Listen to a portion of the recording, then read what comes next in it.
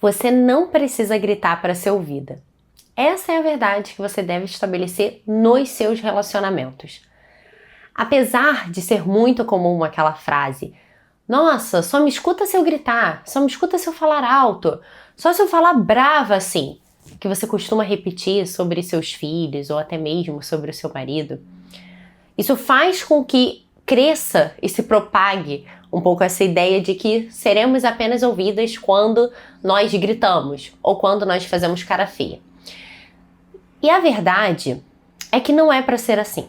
Apesar de ser algo comum, esse não deve ser o nosso foco. Não porque agora eu vou estabelecer aqui uma cartilha de como ser a mãe perfeita, de como ser a mulher perfeita, que não grita e que não pode fazer isso ou aquilo. Não, nada, absolutamente nada disso. O fato é que o gritar constantemente, o falar alto constantemente, brava constantemente, isso faz com que a sua comunicação perca força. E quando a sua comunicação perde força, todo mundo sai perdendo. Os seus filhos vão sair perdendo, porque a verdade é que chega um momento em que se acostumam tanto com isso que essa postura mais incisiva, ela começa a não ter mais efeito, ou seja, é o famoso entra por um ouvido e sai pelo outro. Essa criança, pré-adolescente, começa a se acostumar a nem dar mais tanta bola ao que está sendo dito, porque em vez de entender que aquela mensagem é importante, o que você está falando é importante, acaba tendo um olhar de que, não, isso está acontecendo porque minha mãe é estressada, porque minha mãe está exausta, porque minha mãe sempre grita. Então você sai cheia de rótulos e a sua mensagem, ela não é seguida. A sua mensagem, ela não é propriamente ouvida. Ou seja, a sua comunicação ali começa a falhar. Isso acontece com os filhos e isso também acontece na esfera do casamento, fora todas as outras relações.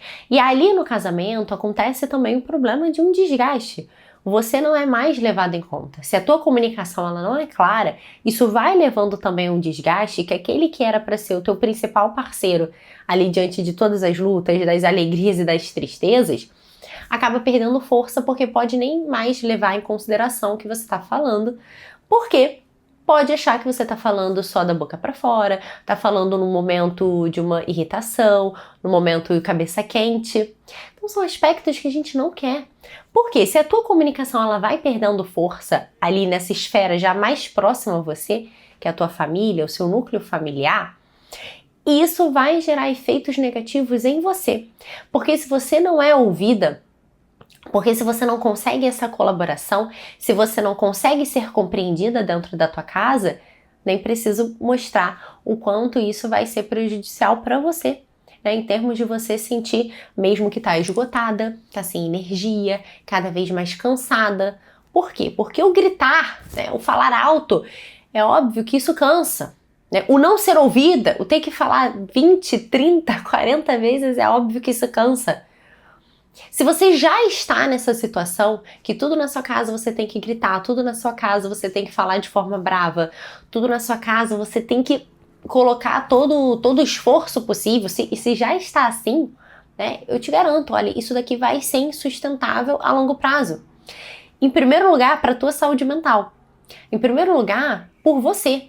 E nós sabemos já, pelo menos se você é uma seguidora assídua aqui desse canal, se você acompanha lá meus textos no e-mail, caso você não esteja inscrita, as minhas cartas semanais, é só você clicar no link da descrição desse vídeo. Se você não tá por aqui, talvez você ainda não tenha se dado conta, não tenha escutado, né, que para a casa ir bem, essa mãe precisa estar bem. Você como mãe precisa estar bem. Se você tá sempre cansada, a tua energia sempre sendo drenada, porque tá sempre precisando gritar para ser ouvida, olha, isso dura pouco. Isso é insustentável a longo prazo. Você não vai estar bem e daqui a pouco isso vai repercutir em todo mundo. Ai, Bianca, mas não dá, mas já são anos assim. Anos da minha vida, eu já tô acostumada, né? Ou eu não era assim, mas eu precisei ser assim para as coisas funcionarem. Ou Bianca, isso já é do meu temperamento. Isso não muda não, esse é meu jeito, eu não sei ser diferente. Talvez você me traga aí várias objeções, né? Você me traga, não, Bianca, mas você não sabe como é que é meu marido, você não sabe como é meu filho. Mas eu volto a dizer, tá bom, só que a gente tem dois caminhos. A gente tem o caminho de se apoiar mesmo nessas razões, que ok, você tem as suas justificativas, só que se a gente se acostumar e se acomodar nisso, qual é o problema? É o que eu acabei de falar, não vai se sustentar a longo prazo. Isso vai drenar a tua energia, você vai estar mal, a casa vai mal, tudo vai mal. Educação dos filhos, autoridade, relacionamento, a gente vai presenciar um Titanic. Ou a gente pode olhar isso e entender que assim, ok, já está até sendo arrastado por anos, mas não quer dizer que agora está fadado ao fracasso para sempre. A gente pode fazer, a gente pode e deve fazer algo diferente daqui para frente. Eu tenho uma máxima que eu digo, gente, se há vida, há esperança. Para mim é inconcebível, nós que estamos aqui, que estamos vivos, que temos dia após dia para viver, graças a Deus, é inconcebível a gente jogar tudo pro alto. A gente achar que alguma coisa não tem jeito, as coisas elas têm jeito. A gente precisa resgatar esse olhar de esperança. Ninguém é tão inédito nesta vida, tão inovador no sentido de problemas e de desafios. Desde que o mundo é mundo, as pessoas têm problemas. Desde que o mundo é mundo, as pessoas têm dificuldade. Não sou única no mundo, eu não consigo nem inventar um problema. Não, porque o problemão, o defeito que eu tenho, ninguém entende porque ninguém passa exatamente o que eu passo. Olha, é um pouquinho soberbo pensar dessa forma. Será que ninguém na história da humanidade, nesse mundão enorme, ninguém tá na mesma situação? A gente falta imaginação, falta criatividade, pensar um pouquinho. É óbvio que tem muitas outras pessoas nessa mesma circunstância. E o que faz os outros serem possíveis de mudar e de melhorar e eu não? Não se tem essa distinção. A todos nós é confiada essa capacidade de recomeçar, de melhorar e de mudar. E é isso que eu quero que você tenha muito claro nesse vídeo hoje. Pode ser sim que, de fato, por questões temperamentais, pela sua história de vida, até mesmo pelas circunstâncias, como a tua família está configurada. Pode ser que você esteja mesmo muito acostumada a gritar, muito acostumada a estar sempre de cara fechada, cara brava. Pode ser que os anos foram sendo levados dessa forma. Mas isso não quer dizer que precise ser assim daqui para frente. Que agora é um ultimato, que só existe essa versão da sua vida. Não precisa ser assim. Eu quero agora te dar as chaves para que não seja assim. Por quê? Porque não é saudável nem para você. Aqui eu não estou falando de manter aparências, porque nós queremos ter uma aparência para os de fora, para contemplar, uau, como somos especiais e como somos pacientes. Absolutamente nada disso. A minha preocupação é com o teu bem-estar, é com a tua saúde, é você enquanto mulher e com toda a tua família, que é a tua missão, é a tua responsabilidade, é o maior projeto da tua vida. Então, o que de concreto eu posso te trazer hoje? Em primeiro lugar, essa convicção de que precisamos fazer coisas diferentes para termos resultados diferentes. Não adianta a gente insistir nas mesmas coisas esperando que tudo mude, ok? Então, em primeiro lugar, é ter essa decisão, esse desejo, esse querer de vontade em fazer diferente. Como eu falei, podemos cruzar os braços e nos apoiar nas justificativas, no que tem nos motivado de desse jeito? Podemos, só que isso vai levar a uma acomodação, e essa acomodação não vai me trazer melhorias. Então o que eu tenho que ter? Em vez de eu ficar buscando justificativas, vamos abandonar um pouco as justificativas e vamos atrás das soluções. Então, em primeiro lugar, abandone as justificativas e vá atrás das soluções. Queira de verdade, queira viver algo diferente de verdade. Segundo ponto, convicção de que você precisa estar bem. Para conduzirmos as coisas melhores, precisamos estar bem como base. Então vale você começar a olhar um pouquinho mais para você. Como você está? Fisicamente, psicologicamente, espiritualmente, em termos profissionais, em termos sociais. Faça uma breve revisão também como anda a sua vida. Como anda você enquanto mulher, você enquanto pessoa. Por quê?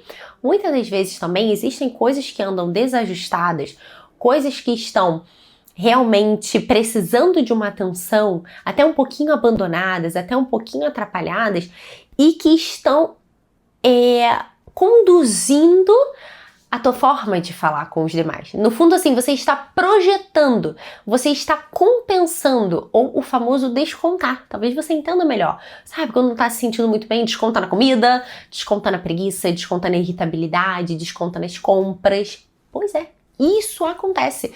Então, eu preciso que você faça um breve exame de como você está. Você nessa unidade de vida, você enquanto mulher, você enquanto pessoa. Por quê? Olhar para esses outros aspectos pode te dar grandes pistas do porquê a tua comunicação anda talvez tão incisiva, anda tão brava sempre ou tão explosiva. Perceba se não está havendo uma relação de desconto. Por quê? Vamos falar a verdade, na grande maioria das vezes, a questão não é em si a criança. Muitas das vezes o seu copo, ele já anda cheio por N coisas que andam acontecendo. E aquilo que acaba acontecendo com o filho acabam sendo aquelas gotinhas que fazem o copo transbordar. Mas que no final das contas não foram o verdadeiro ali, na verdade, conjunto de causas que encheu esse copo. E seu copo já estava partindo cheio. Em vez de partir no início do dia vazio, não, ele já parte cheio. Então qualquer coisa que respingar vai fazer entornar. Então você precisa olhar para você ter essas pistas para ver que coisas você precisa mudar para que isso te ajude até mesmo desacelerar, ter mais clareza e pensar na sua comunicação. Um terceiro ponto é: comece a ter um olhar personalizado sobre a sua família. Não adianta tratar todo mundo igual. Tratar o teu marido da mesma forma que trata um filho, tratar aquela filha igual o irmão. Cada um tem um jeito. Cada um tem seus limites, cada um tem o seu conjunto de características. Se a gente decide agir igual um quartel, como se a nossa casa tivesse que operar de uma forma estrita, um padrão e algo a desconsiderar ali a individualidade de cada um, muito provavelmente nós vamos ter ainda mais falhas na comunicação e vamos ter ainda mais dificuldade de estabelecer bons vínculos. Isso porque as pessoas são diferentes. Então a gente precisa pensar um pouquinho melhor e lançar um olhar individualizado sobre cada membro da nossa família. Porque dessa forma, isso facilita muito o nosso trabalho, isso facilita muito o nosso dia a dia. Em que sentido? Em vez de eu gastar energia tentando enquadrar esse filho dessa maneira, da forma que eu falo com o outro, eu vou pensar, não, esse aqui, se eu abordar por outra forma, por outro ângulo, ele responde melhor, ele me entende melhor, as coisas elas caminham muito bem. Agora, já com esse outro aqui, eu sei que eu tenho que pescar por outra motivação. Por alguns anos eu trabalhei na parte de gestão de pessoas, de recursos humanos, trabalhei com muitos processos seletivos, condução de processo seletivo, consultoria multinacional, em que se tinha uma vaga e eu precisava encontrar as pessoas certas para aquela vaga. Então a empresa, ela nos contratava, grandes empresas, disponibilizavam as vagas que tinham e falavam, olha, nós precisamos de um perfil perfeito para preencher essa vaga aqui. Então nós éramos os encarregados de conduzir todo o processo seletivo. Então, às vezes era uma vaga e tinha que fazer um levantamento do máximo possível de currículos, de perfis no LinkedIn, de contatos, de ir atrás de pessoas, para esse tantão de pessoas a gente começar a filtrar. Desse filtro começar as ligações, dessas ligações agendar as entrevistas presenciais e online, e passo a passo, e testagem, vamos lá, e conversa aqui, conversa ali, até fazer casar a vaga com o perfil, porque ali também é um processo de venda. Vender esse candidato para a empresa e vender essa empresa para o candidato, para que todos saiam ganhando. Porque o nosso sucesso seria ali, todos saírem ganhando. Esse era o nosso sucesso, a gente saía ganhando também. E o que eu percebi é que pegavam candidatos até com uma expertise muito similar, com um momento de vida muito semelhante, com uma bagagem, às vezes com a mesma idade, vindo até mesmo da mesma empresa, do mesmo cargo, e observava que precisava conduzir de forma diferente.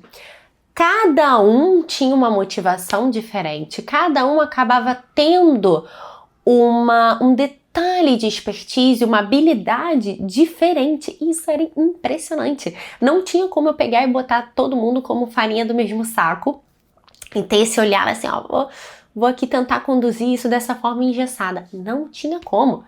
Porque para um fazia muito mais sentido uma empresa, um cargo em que ele pudesse arriscar tudo para crescer. Não queria saber de estabilidade, ele queria saber de crescimento. Para um outro, ele não queria saber do salário. Digo, não precisava ser um salário astronômico, poderia ser aquele salário ok, mas ele queria trabalhar perto de casa ou trabalhar home office. Já tinha um outro que para ele não fazia sentido, não precisava, não era tão necessário trabalhar perto de casa. O que ele queria era que ele estava precisando de um salário alto. Tinha um que tinha um perfil mais analítico, tinha um que tinha um perfil mais operacional, mais de obedecer, seguir regras, integrar ali uma equipe. Tinha um outro que não conseguia ser subordinado, ele precisava liderar, precisava criar. Então, olha quantas diferenças, e essas diferenças, isso acaba compondo um grande cenário de riqueza, porque essa é a verdade. Nenhuma empresa pode ter todos os perfis iguais, nenhuma empresa pode ser constituída apenas de um mesmo cargo, certo? Então, precisam ter cargos diferentes, precisam ter pessoas diferentes, expertises, habilidades. E para cada um deles, eu preciso falar de uma forma. Para cada um deles, eu só vou conseguir ajudá-los a se sentir realizados, a alcançar o que eles precisam de fato para a vida, se eu acertar ali na motivação, se eu acertar no que ele realmente quer, não na minha percepção do que ele precisa, mas de fato do que ele quer para ele se desenvolver, para ele ser melhor. Então, essa mesma figura eu gostaria de trazer para nossa reflexão agora, quando a gente está falando sobre melhorar a comunicação em casa. Eu preciso entender a motivação de cada filho. Eu preciso entender os limites de cada filho, as qualidades, as facilidades, os defeitos, porque a partir disso eu vou desenvolvendo mais aquilo que está deficiente em cada um, aquilo que falta, e aquilo que tá bom eu vou endossando, eu vou encorajando, eu vou reforçando para que não se perca. Então o que tá negativo a gente luta para melhorar, e o que tá positivo a gente luta para manter, porque no final das contas é um trabalho de constância. Mas isso só funciona se eu entendo que eu tenho que ter um olhar personalizado. Então a partir de agora, a partir desse vídeo, em vez de você sair despejando informações pela casa, tenta fazer o seguinte: desacelera um pouquinho, para um pouquinho, pensa antes de agir, pensa antes de falar. Porque você tem que pensar ali com quem você vai sentar agora, né? Com qual filho? Ou é com seu marido? É com quem que você tem que conversar? E pense que também a conversa ela se estende, obviamente, para todo mundo, para pai, mãe, para amiga, para chefe, para colega de trabalho, para funcionária. Todo momento nós estamos comunicando. Então, é importante ver quem é que vai receber essa minha mensagem. Qual tom eu devo empregar para que não caia naquele efeito de entrar por um ouvido e sair pelo outro, porque isso é só gasto de energia para você. Se garanta e se certifique de conseguir conduzir um ambiente de modo que aquela pessoa ela escute a tua mensagem. Isso é o mais importante, que ela consiga escutar e ela tenha capacidade de absorver. Então, entenda e se convença desse olhar personalizado, porque nós somos pessoas diferentes. Afinal, duvido, né, que alguém não tenha passado a seguinte experiência. Tem um professor em classe e você fala assim: nossa, eu amo esse professor, eu amo a didática dele, nossa, com ele eu consigo entender tudo. E aí tinha aquela amiga que falava assim: nossa, não gosto, eu acho ele meio grosseiro e acho objetivo demais, não funciona. Você fala assim: gente, é a mesma pessoa, como assim tivemos percepções diferentes? Sim, porque um professor em sala de aula ele adota um único tom.